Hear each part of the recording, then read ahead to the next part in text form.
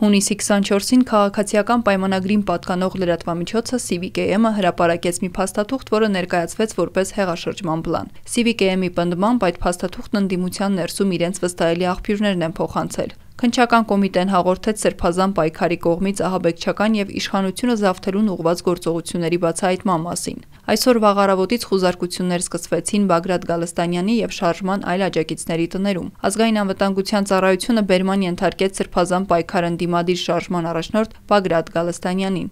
Քննչական կոմիտեն նաև հրապարակեց գաղտնի քննչական գործողությունների արդյունքում ձեռք բերված ձայնագրություններ։ Դրանցում խոսվում է զանգվածային անհնազանդության ակցիաներ ծրագրելու մասին։ Դրել են բանի վրա, համոզենք, խարոզենք, երկու հոգու պատի տակ գյունում ես, մի 15 հոգու դնում ես բանտը, սա գնա գնդակարում ես ինչու։ Գնդակարում ես ընտանիքին կոմպենսացիա ես տալի կյանքյան, իրանք էլ ուրախ կրնեն։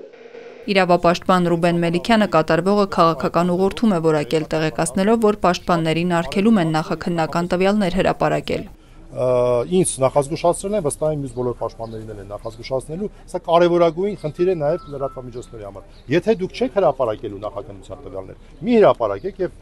օքեյ, այդ դեպքում դեռ կարելի է մտածել ինչ որտեղ, որ արգելում են մեզ, բայց որ դուք արդեն հրապարակում եք, տվյալներ եք գցում ցած, ինչպես կարող եք մեզ զրկել դրանց վերաբերյալ ողջամիտ պարզաբանումներ տալու հնարավորություն։ Ըստ իրավապաշտպանների տասնյակից ավելի ձերբակալ բաց կա։ Ազգային անվտանգության ծառայությունը խուզարկություն է իրականացրել նաև Սյունիքի նախկին մարզպետ Վահե Հակոբյանի, Հայ հեղափոխական դաշնակցության Հայաստանի գերագույն մարմնի անդամ Իգոր Սարգսյանի բնակարաններում։ Բագրատ arczepiskopos Գալստանյանին մեղադրանք է ներկայացվել ահաբեկչության եւ իշխանության յուրացման հոդվածներով, այս մասին հայտնել է փաստաբան Սերգեյ Հարությունյանը, նա տեղափոխվել է դատարան։